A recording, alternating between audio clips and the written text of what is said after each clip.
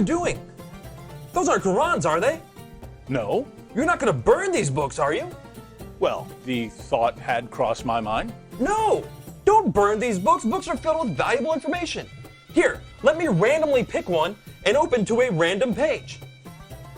Uthman sent to every Muslim province one copy of what they had copied, and ordered that all the other Quranic materials, whether written in fragmentary manuscripts or whole copies, be burnt.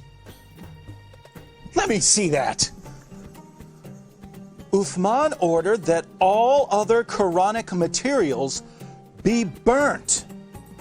So there's already been a Burn the Quran Day. But why, Nabeel? I don't know, David. Perhaps one of these other books that are filled with valuable information can help. It's a good thing you didn't burn them.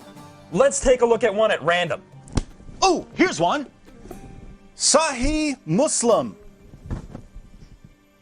Abu Musa al-Ash'ari sent for the reciters of Basra. They came to him and they were 300 in number. They recited the Quran and he said, "You are the best among the inhabitants of Basra, for you are the reciters among them. So continue to recite it. But bear in mind that your reciting for a long time may not harden your hearts, as were hardened the hearts of those before you." Good. Wow, it says they had their hearts hardened. Well, what happened next? Let's keep reading and find out. We used to recite a surah which resembled in length and severity to Surah Barat. I have, however, forgotten it, with the exception of this, which I remember out of it. If there were 2 valleys full of riches for the son of Adam, he would long for a 3rd valley, and nothing would fill the stomach of the son of Adam but dust. And we used to recite a surah which resembled one of the surahs of Musabihat, and I have forgotten it. So this is saying that 2 chapters of the Quran are missing because Muslims forgot them. Let me see that. You're right. This is saying that 2 entire chapters are missing because Muslims forgot them. Hey Nabeel, look at this. Ubay was the best of us in the recitation of the Quran, yet we leave some of what he recites. Ubay says, "I have taken it from the mouth of Allah's messenger and will not leave it for anything whatever."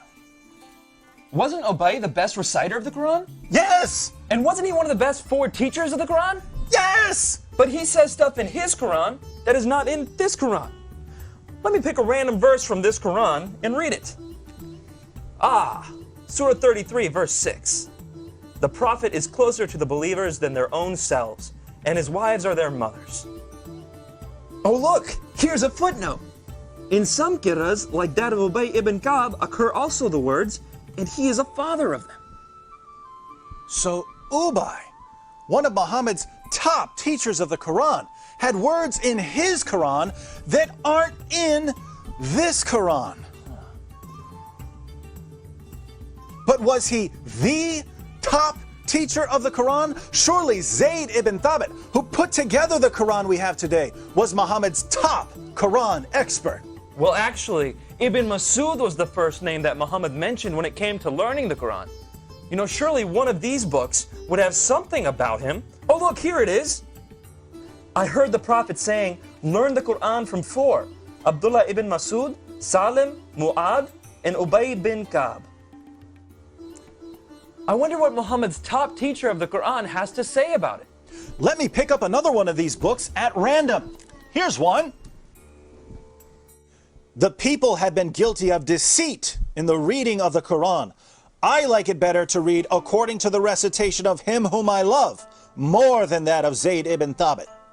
Wow, according to that book you're holding, Muhammad's top teacher of the Quran is saying reading today's Quran is like being guilty of deceit. I wonder if any of these other books have something to say about it. Here, let me look at this one. Oh, there it is.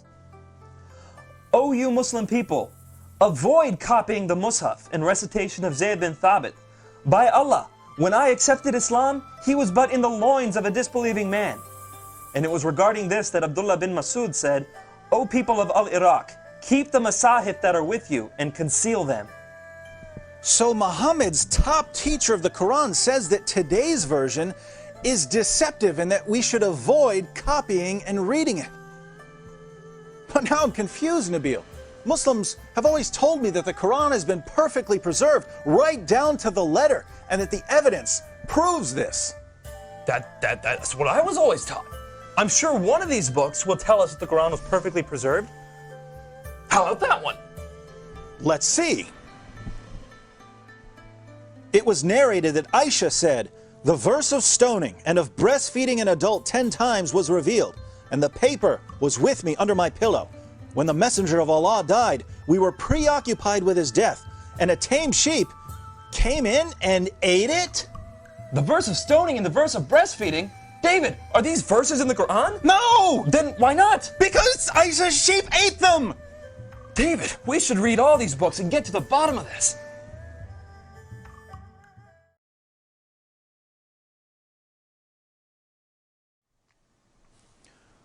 So let me see if I've got this right. Muhammad died, and no one had compiled the Quran. The people who had memorized large sections of the Quran were sent into battle by Abu Bakr, and they were slaughtered. Muslims lost a ton of the Quran that day. Abu Bakr didn't want to lose any more, and so he had Zayd ibn Thabit put together what was left and compiled it into a manuscript. And soon thereafter, people started compiling their own manuscripts, and large disputes began to happen over what should be included in the Quran. Ibn Masud had only 111 chapters in his Quran, while Ubay ibn Ka'b had 116 chapters. And Zayd, who compiled today's Quran, only had 114 chapters. According to Muslim sources, entire chapters of the Quran were lost. Large sections of chapters have been lost. Individual verses have been lost. And in the end, Uthman put together what he could, put out his own official version of the Quran, and burned all of the evidence. Wow. Sure, I'm glad that no one burned this evidence. Nabeel, let's agree that we're never going to burn any book, no matter how much we disagree with it. Yes.